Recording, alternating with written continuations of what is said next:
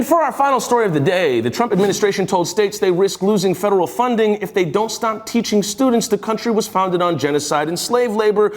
In other words, DEI. However, the Minnesota Department of Education had words for that. And you guessed it, that department isn't led by a Minnesotan. The Minnesota Commissioner of Education is Willie Jett.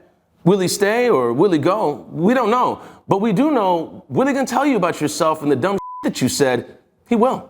Willie Jett, per a Sahan Journal article, is from the Deep South. Relative to Minnesotans, that could mean Northern Iowa or New Orleans. All we know is he made national news after reading the president for filth.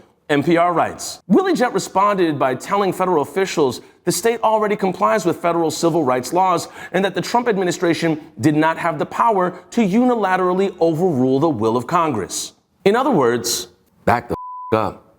Don't ever email me on this account, dog.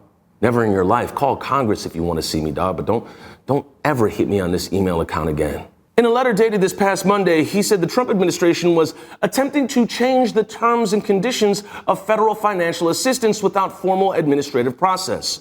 Jett argued the administration has not clearly defined the diversity, equity, and inclusion programs it wanted states to get rid of.